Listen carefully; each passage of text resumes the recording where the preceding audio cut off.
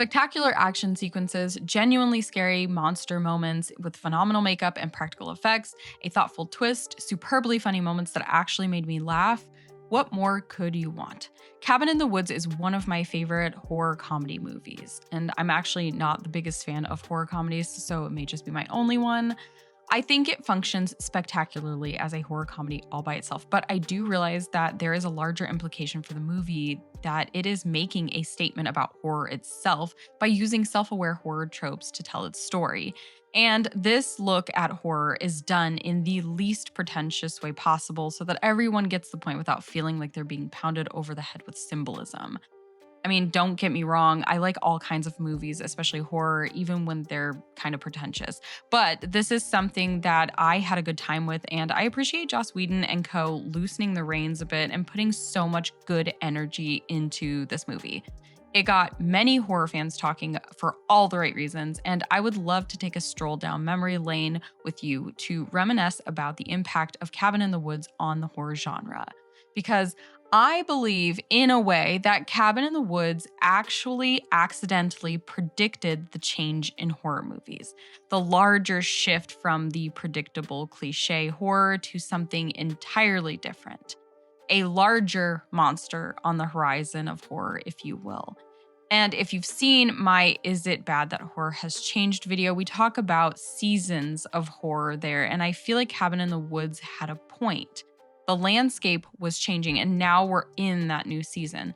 So let's take a look back without judgment with.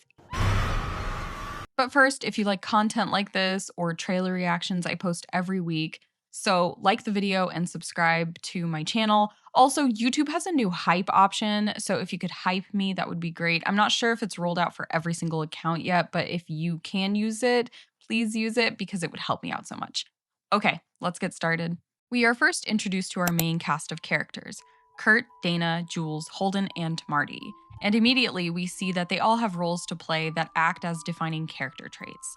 The dumb horny jock, the ditzy blonde who is also very over-sexualized, the virginal good girl who usually ends up being the final girl, the good guy who normally sacrifices himself to be the hero for the good girl, and the stoner or the comedic relief character, someone who can lighten the mood when things start to go haywire. We see that they're all vacationing in the middle of nowhere, and I think the most obvious counterpart comparison for this part of the movie would be The Evil Dead. So I personally love The Evil Dead. I liked the remake a ton, and I think it's probably up there with being as conceptually scary as Hellraiser. Demonic possession doesn't really scare me when it's something like The Exorcist, but Hellraiser and The Evil Dead are traumatizingly scary. They're just relentless and they're over-the-top existential. You can't get away from this type of drama. Those movies truly make me feel trapped. Anyway, it's not just Evil Dead that does this. There are countless movies that place teens in the woods and create uncomfortable situations that seem borderline inescapable. You can do it with paranormal movies and slashers. You can even do it with illness like cabin fever. It's an easy way to explain why they can't contact help, and it's a pressure cooker. So their vacation spot being out in the middle of nowhere Woodsville also means that they're going to encounter the local population. And every local population in the area of a vacation spot or where a bunch of teens have broken down and lost their way has a bunch of weirdos with ominous behavior and vague warnings. In Cabin in the Woods, it's no different. They meet Mordecai at a rundown gas station and he gives them an ominous warning about being out in the woods at the old Buckner place.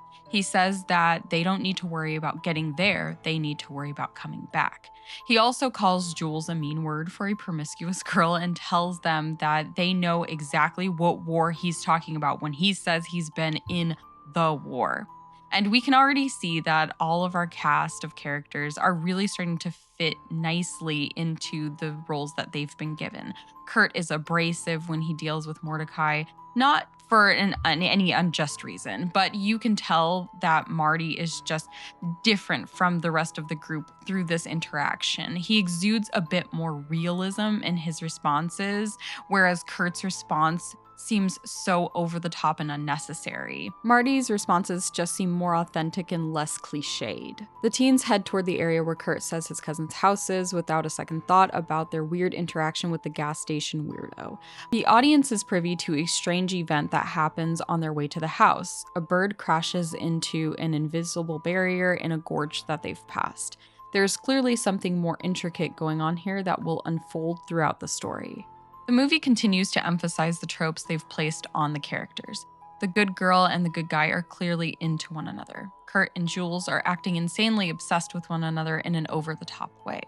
Holden does the good guy thing by telling Dana that there's actually a two-way mirror between their rooms, but not before he removes the foreshadowed painting of a sacrificial process coming to terms. This picture is beyond creepy, and it's no wonder why he removes it. It represents so much more than this cabin and is more important to the story than any of the characters know at this point. Dana talks about her friends a bit more, and we learn that Jules is actually pre-med, which is so antithetical to the way that she's been acting this whole time. I don't want to box anyone into a box, but she's been giving ditzy and airhead the entire time, so it's a bit of a shock to hear that she has more depth than she's letting on.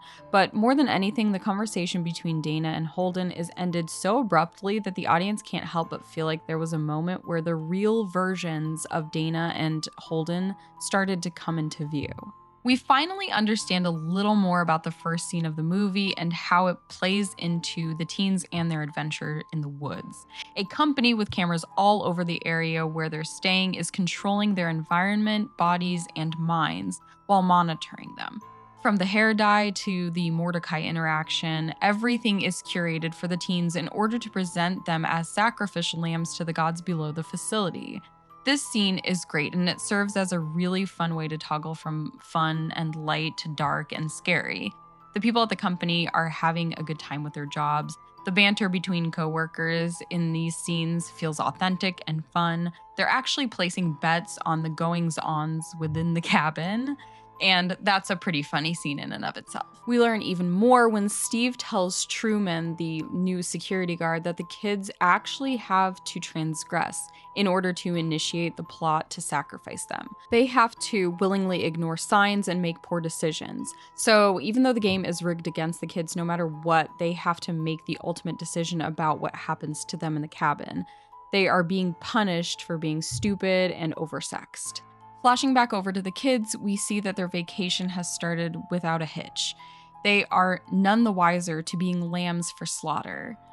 Jules is dared to make out with a giant taxidermied wolf head on the wall, foreshadowing her ultimate demise, but also the willingness and unmistakable flattery that comes along with being the sacrifice to the gods.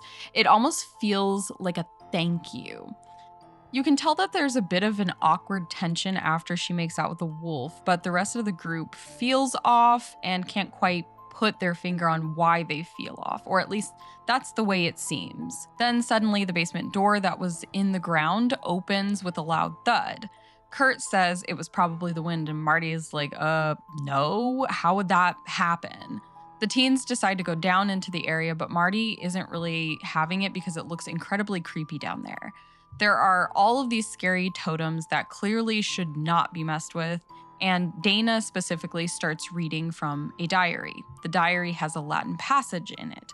Marty is freaked out and tells her not to read the Latin, but then there's a whisper somewhere that clearly only Marty can hear that tells Dana to read the Latin.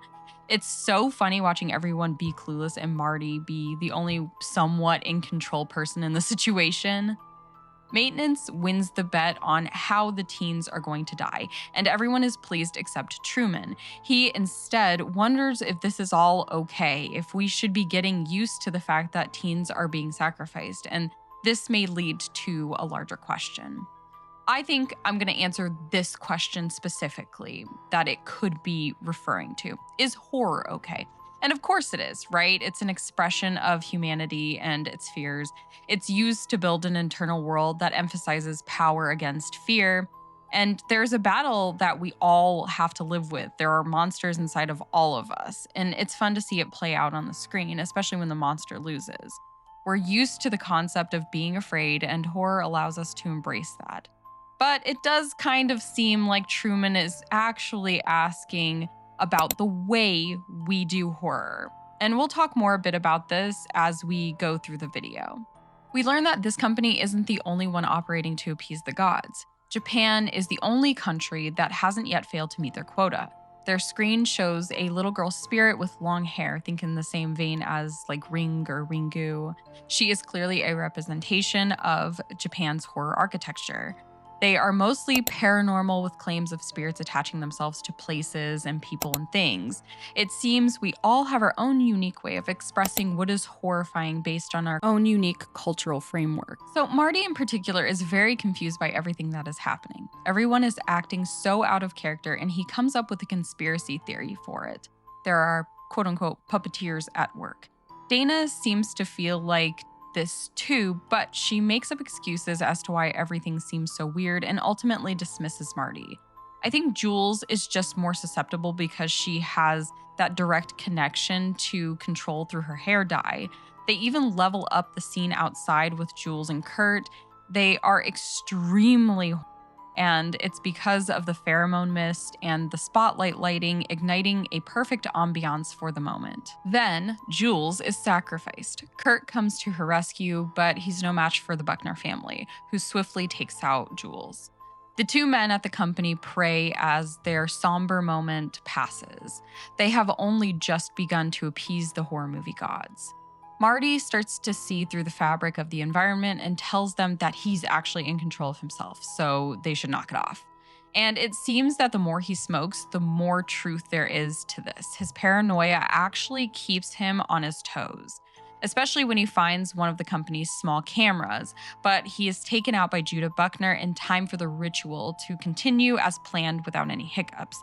But the rule in all movies and TV shows is that if you don't see the death, it does not count. So we'll see this bite them in the ass later. So the company has the realization that they are actually humanity's last hope once the Japanese ritual ends with no fatalities. It's a harrowing moment for the Americans, and at the last minute, they prevent the kids from escaping the makeshift enclosure that they came through in order to get to the cabin in the woods by collapsing it. There was a problem, an issue with maintenance, but it's all been figured out now. Kurt attempts to jump the gorge in order to go for help. He seems like the hero, but really, this ends tragically. Another lever is pulled, and the blood has been spilled to the gods' great satisfaction as Kurt slides down the barrier between himself and the other side, or safety. Dana realizes there is more to the story now. On the way back to the cabin, Holden is attacked by a Buckner and loses his grip on the steering wheel, careening Dana and the RV into the water. Dana survives, but it's not really necessary for her to go out with her friends. Mostly, the point of her character is to just genuinely suffer. But it's not over yet. This is really just the beginning. Marty comes to save Dana from the Buckners while the company parties in the background. Just as they think they're in the clear, they realize something is very wrong. A red phone in the room rings, and it appears that Marty has just been hiding this entire time, ruining their plans. Blood was spilled for no reason. He actually saves Dana with his BONG, and I think that's pretty cool. Obviously, the entire reason he's still alive is actually because of his WED, so it makes sense that he's using these things as literal weapons. He leads Dana into a little area in the ground where there is access to another place, to an elevator. This elevator leads to the company, but it also houses an area of monsters, and it's one of the coolest things I've seen in a horror movie. There are just monsters literally everywhere, like a buffet of them. It's a revolving inner sanctum of things that could have been chosen. They were initiating their own death by choosing the totems and engaging with them. And they realized this. They chose the things that chased them and killed them.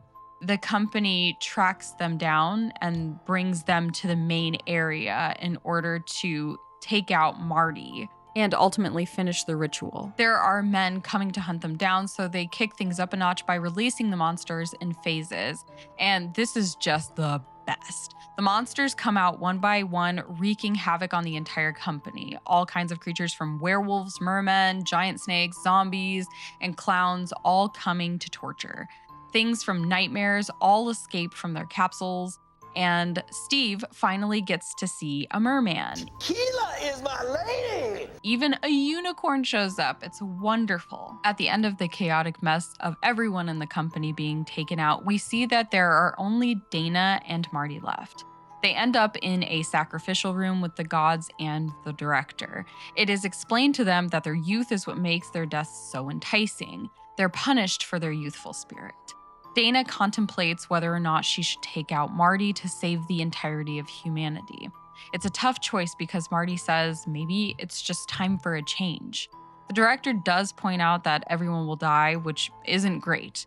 But ultimately, Dana and Marty choose to live and plunge the planet into uncertain death. Admittedly, the ending of the movie doesn't have implications solely centered around the horror genre or movies in general. I think most human beings have thought to themselves that things are so bad, maybe we should just leave Earth to nature or let aliens take over or whatever.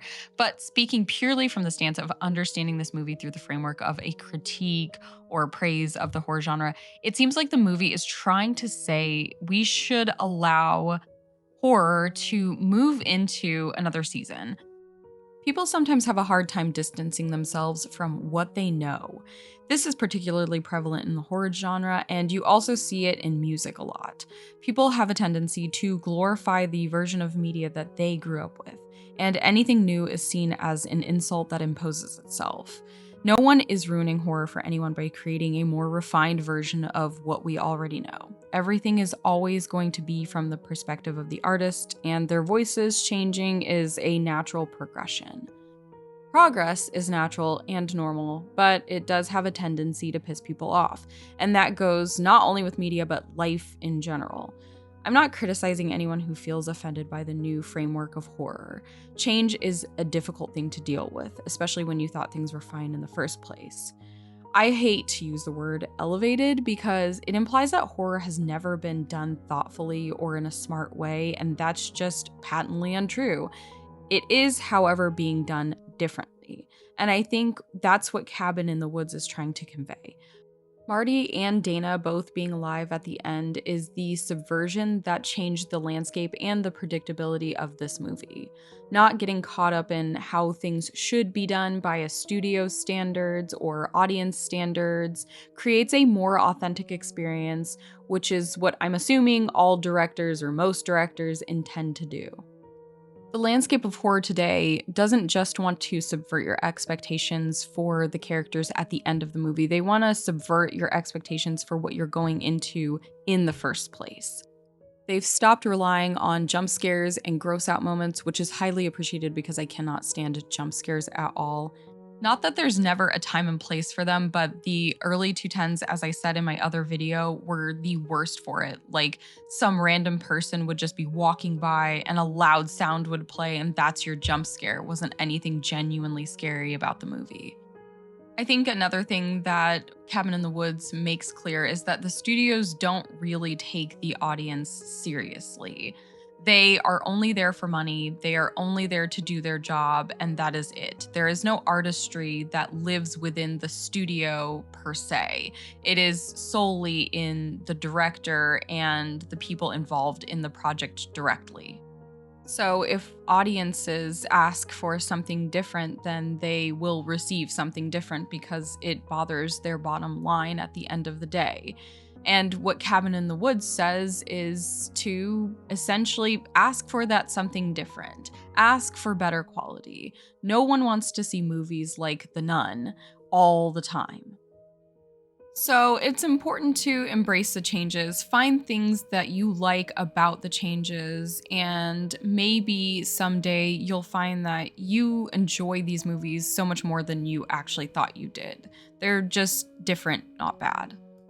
That's my little rant. If you liked this video, please remember to like the video and subscribe. I'm gonna see if there are any trailers that I want to react to, but I'm not really promising anything this week. I did see a couple things that I remember that I wanted to react to, but I have to remember what they were, unfortunately. So come back for that or come back for more video essays, and I will see you next time. Bye for now.